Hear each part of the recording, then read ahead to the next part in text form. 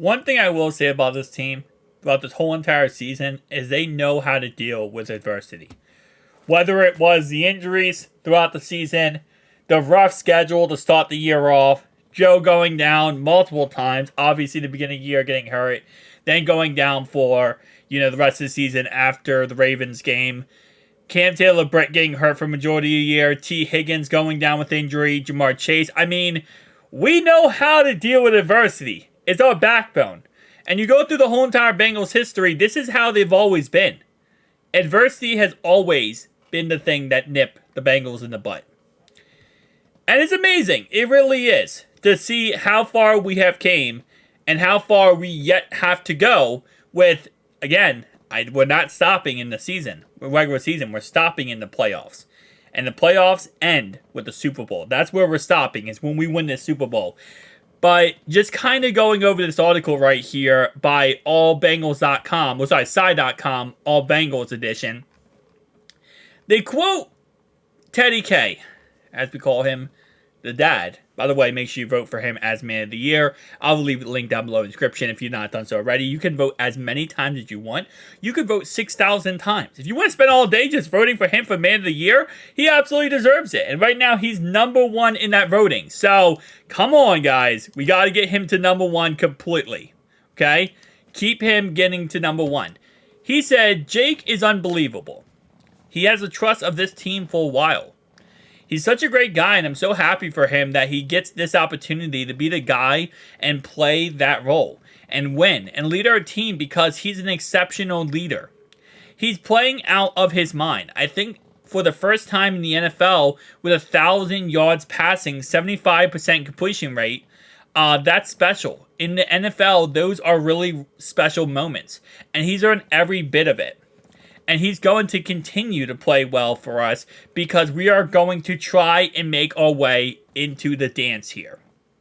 And 1,000% here, I agree with Teddy K. I agree that, especially with a backup quarterback, it seems like teams always rally the most around backup quarterbacks, right? They always seem to come together, and it's like that special moment of like, listen, this is not our starting guy, but we're going to make sure that we get the job done with him. Because it just shows how complete of a team you truly are. Just because the fact that you might lose your starting quarterback doesn't mean the season's over. For most teams, it is. But we're showing the complete opposite. And no matter what situation we're in, where, we looked like we were dead on arrival going into that Jaguars game back, a couple weeks ago. It seems like forever ago at this point, but it's not. Sadly, because of the fact that, we're still in this crazy iteration season, but with all those ups and downs, we're still here. And right now, we're talking about the playoffs, which is insane to say that, and it just shows to show how much teams rally around these type of guys. The backups prepare just like the starters every week. Every player is ready to go the moment their number is called. Even though you're a backup, you're still supposed to watch as much film as the starters. You never know, Josh told All Bengals. Unfortunately, that's what happened last week with DJ Reader. How are they able to overcome injuries to so many key players? Roster building that this organization has with so many great young men and guys really own it and take advantage of opportunities, Teddy K said. We have so many talented players on the team and a great coaching staff. When guys have gotten their shot, they have stepped up big time. And really, that's what it's all about in December, January, and February football. And if you can string wins together at that time of the year, you usually have a chance in the postseason. It's all about getting hot at the right time. And that's exactly what we're doing. We're getting hot right now. Beating the Jags, beating the Colts, beating the Vikings, 3 straight wins, potentially winning the next 3 games. Look at last year. Last year, sadly, our year ended in the AFC Championship game. But what happened before our year ended? We won 8 in a row before going into that playoffs. 8 in a row. That included beating Cleveland and Cincinnati. That included very tough games, beating the Ravens in the final week of the season. we are getting the job done every single week. And we could potentially go into these playoffs with a 6-0 record. 6 games in a row win. And when you get hot at that time of the year, in the most important time of the year, I kind of compare it to teams almost like a bulldozer. If a bulldozer's going down the road, right? And let's say it's going full speed down the road.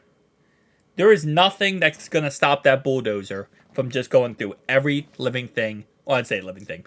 Everything in its path, right? It's not going to get stopped. Now, if a bulldozer starts up, stops, starts up, stops, starts up, stops, right? Over and over again, if you put maybe a car in front of it, it's going to stop it, right? That's why, again, with NFL teams, and I think it's a perfect comparison, when they get going, if they're that bulldozer going full speed down the line, it's almost impossible to stop them because they have all that momentum. They have all that confidence that guess what? Nothing's going to stop this bulldozer from running straight through everything in his path. And that, in my opinion, that's why this team is so amazing. Because we get hot when you need to get hot. The end of the season. When everything needs to line up correctly. And the sad part is, yeah, we've dealt with some very bad injuries. And DJ Reader going down for the season, man, that's awful. It really is. And I hope he does recover well. But it's just another crack that we have to deal with. And as the giant brick wall, as a perfect example there of like the Great Wall, we just have to patch it up and keep going. And as Josh said right there, yeah, backups, you're going to have to step up. And you got to keep in mind that we can sometimes look at backups and like, oh, that's a backup guy. He can't play football. You got to keep in mind that these backups, they make the NFL.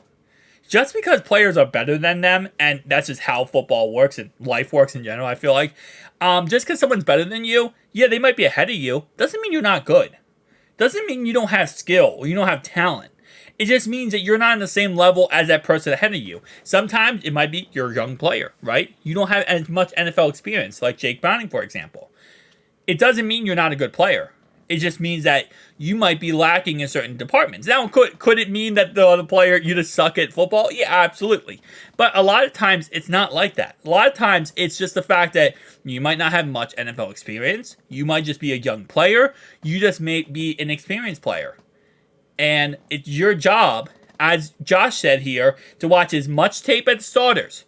Because the point of being a backup is not to sit there and put your thumb in your mouth and suck your thumb and be like, football.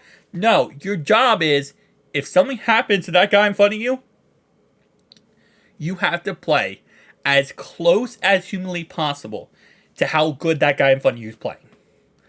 And you're on this team not to suck your binky on the sideline, to take over if something happens, right?